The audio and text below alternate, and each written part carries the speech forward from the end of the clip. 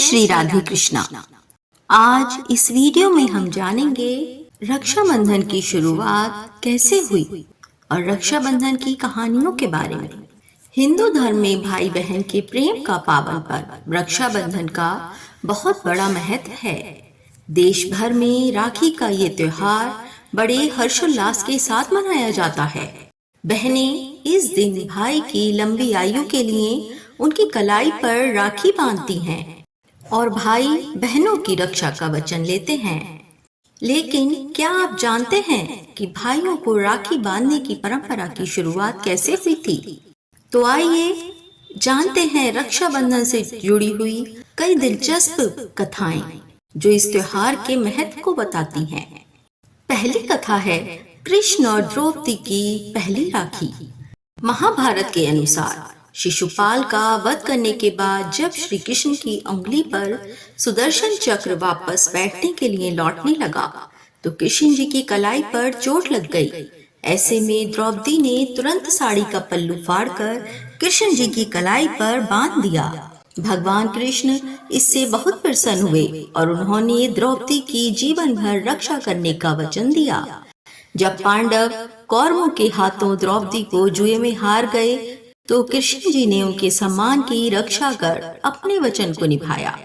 तब से ही रक्षाबंधन के दिन भाई की कलाई पर राखी बांधे जाने की परंपरा शुरू हुई।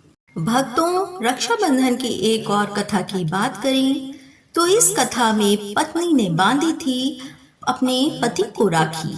पौराणिक कथाओं के अनुसार देवताओं और असुरों में भीषण युद्ध चल रहा था और राक्षसों से देवताओं की सेना को पराजय का सामना करना पड़ रहा था। ये देख इंद्रदेव की पत्नी शची को अपने पति और देवताओं की चिंता होने लगी। उन्होंने कठोर जप तप किया और एक रक्षा सूत्र बनाया। धार्मिक मान्यता है कि शची ने ये रक्षा सूत्र अपने पति इंद्र की कलाई पर बांधा, जिसके बाद राक्षसों को पराजित करने की शक्ति प्राप्त हुई और इंद्र ने शत्रुओं पर विजय प्राप्त की। इंद्रदेव की पत्नी शची ने रक्षाबंधन के दिन उन्हें राखी बांधा था, इसलिए इस दिन राखी बांधने की परंपरा की शुरुआत हुई। रक्षाबंधन के संबंध में एक और कहानी बहुत प्रचलित है।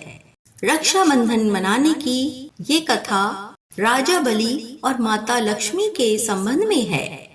राजा बलि भगवान विष्णु के परम भक्त थे। वह दान पुण्य में विश्वास रखते थे। विष्णु जी ने अपने भक्त की परीक्षा लेने के लिए ब्राह्मण के रूप में उनके पास पहुंचे। राजा बलि यज्ञ कर रहे थे। विष्णु जी ने राजा बलि से 3 पग भूमि का दान मांगा। राजा बलि ने ब्राह्मण की मांग को स्वीकार कर लिया। ब्राह्मण ने पहले पग में भूमि और दूसरे पग में आकाश नाप दिया। राजा बलि समझ गए कि वह भगवान विष्णु हैं। उन्होंने तुरंत ब्राह्मण के तीसरे पग के सामने अपना सिर रख दिया। विष्णु जी बहुत प्रसन्न हुए। फिर राजा ने भगवान से पाताल लोक में उनके साथ रहने का वरदान मांगा।